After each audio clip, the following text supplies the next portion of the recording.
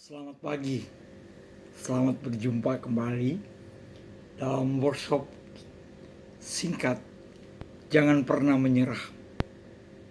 Kita akan membahas mitos kedua. Engkau seorang pendosa. Segala perkara dapat kutanggung di dalam Dia yang memberi kekuatan. Tuhan Yesus penolong dan sahabat. Selalu percaya Tuhan setia. Bapak, Ibu, saudara-saudariku yang terkasih.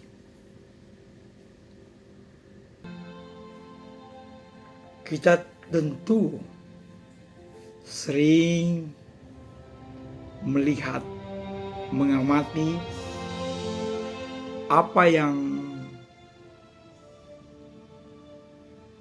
orang lain lakukan terhadap sesamanya, mungkin juga kita.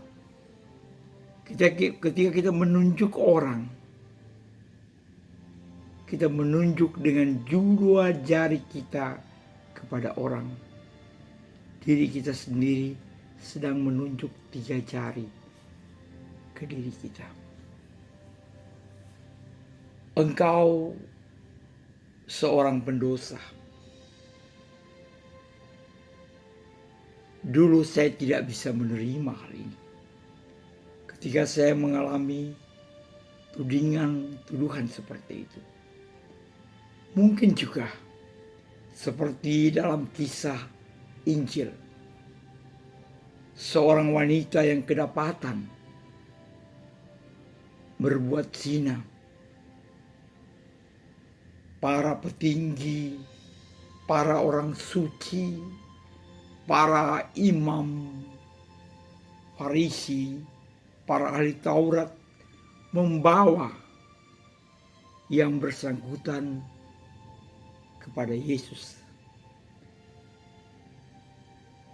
Sebenarnya mereka bukan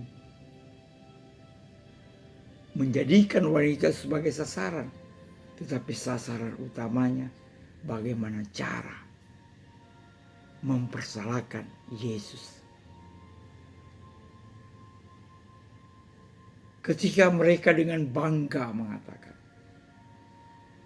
menurut hukum Musa, wanita yang kedapatan berzina harus dihukum mati, harus dirajam, dilempari batu sampai mati. Wanita itu begitu dipenuhi ketakutan. Yesus hanya menulis di tanah. Terus menerus mereka memojokkan wanita itu. Terlebih sebenarnya mereka sedang memojokkan Yesus. Pada momen yang tepat, apa yang dikatakan oleh Yesus? Barang siapa yang tidak berdosa, silakan melempari batu yang pertama. Suasana menjadi hening, diam, dan dari jauh kita boleh melihat, boleh membayangkan yang pertama pergi siapa? Yakni orang-orang yang sudah makan garam terlalu banyak. Orang-orang tua. Mereka lah orang yang pertama meninggalkan gelanggang itu. Kemudian yang sedikit lebih muda. Terus menerus. Sampai hanya tinggal Yesus. Sebenarnya Tuhan Yesus memiliki hak untuk melakukan hal itu. Karena dia seorang manusia tanpa dosa. Tapi dia katakan, aku pun tidak menghukum engkau. Para sahabat yang dikasihi Tuhan, kita mungkin merasa sebagai korban, tapi kita mungkin juga pelaku di dalam kehidupan sehari-hari. Kita selalu berpikir, saya ini bukan seorang pendosa. Saya ini lebih baik, lebih suci, lebih benar. Kalau begitu, kita tidak perlu menjadi pengikut Yesus. Karena Yesus mengatakan, aku datang bukan untuk mencari orang benar, melainkan orang berdosa. Orang yang bisa diubahkan di dunia ini, orang yang pertama-tama, orang yang merasa dirinya bukan apa-apa, seorang pendosa. Hanya seorang pendosa lah yang memiliki potensi untuk menjadi orang benar. Tetapi jika orang benar membenarkan dirinya, dia itulah yang memiliki potensi menjadi pendosa yang besar. Para sahabat, proses kehidupan mengajar kita. Hanya orang miskin yang bersemangat miskin, yang bersemangat tidak punya apa-apa, yang bisa menjadi kaya. Namun orang yang merasa kaya, dia punya potensi yang sangat besar menjadi miskin. Karena apa? Karena orang yang merasa kaya akan berpuas diri. Orang yang merasa kaya akan mengatakan, hai jiwaku, bersenang-senanglah, tidurlah. Orang yang merasa kaya akan menjadi manusia yang sombong, yang serakah, yang merasa diri seperti Tuhan. Tapi orang yang miskin, seperti pemungut cukai itu, yang berkata, mengangkat kepalanya saja dia pantas. Dia mengatakan, Tuhan, aku ini seorang pendosa. Sama si anak hilang itu yang datang kepada bapaknya, Bapak, saya tidak layak lagi disebut anak Bapak. Tapi kita punya Bapa di surga, Bapa yang murah hati. Jadi apa yang harus kita buat? Pertama, apapun keadaan kita, semiskin apapun kita, seberdosa apapun kita harus belajar bersyukur. Terima kasih Tuhan, karena Engkau memberi aku kesempatan untuk hidup. Memberi aku kesempatan untuk berubah. Memberi aku kesempatan untuk menjadi orang benar. Bukan karena aku orang benar, tetapi karena Engkau dalam Putramu Yesus membenarkan aku yang pendosa ini. Para sahabat yang dikasihi Tuhan,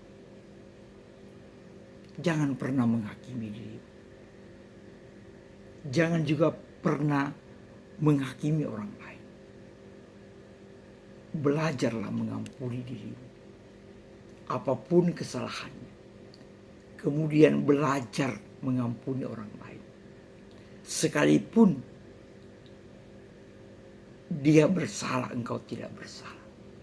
Belajarlah menjadi miskin untuk berani berkata, saya mengampuni engkau.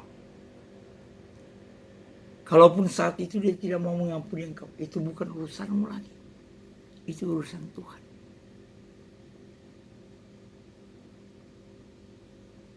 Kemudian menjadi seorang pendosa itu tidak membuat cinta Tuhan hilang dari hidup. Citra Tuhan hilang dari hidup. Tidak sahabat. Tuhan tetap mengasihi engkau. Tangan Tuhan tetap terbuka padamu. Dia benci dosa, tapi dia tidak benci. Ingatlah para sahabat, mitos engkau seorang pendosa kita harus terima, tetapi kita harus bergerak karena Tuhan kita adalah Tuhan yang maha rahim. Tuhan kita adalah Tuhan yang aktif mencari satu domba, satu orang, dan meninggalkan 99 orang benar. Malaikat di surga akan bersorak karena satu orang berdosa dibebaskan, dan itu adalah saya dan Anda. Marilah kita berdoa. Bapa yang Maha Rahim, kami bersyukur kepadamu bahwa kami memiliki Allah seperti Engkau. Allah yang selalu dipenuhi dengan kasih. Allah yang bertindak demi namamu, demi kerahiman. Bapa, terima kasih. Dalam Yesus Putramu, Engkau begitu banyak mengajar hal yang benar, teladan yang benar bagi kami. Terima kasih Bapa, karena Engkau tidak pernah menyerah untuk mengasihi kami. Engkau mau kami semua diselamatkan. Terima kasih Bapa. Terima kasih Yesus. Terima kasih Allah Roh Kudus. Kemuliaan kepada Bapa dan Putra dan Roh Kudus seperti pada permulaan, sekarang, selalu, dan sepanjang segala abad. Amin. Segala perkara dapat ku tanggung di dalam Dia yang memberi kekuatan. Tuhan Yesus, penolong dan sahabat. Tetap percaya, Tuhan setia. Dalam nama Bapa dan Putra dan Roh Kudus. Amin.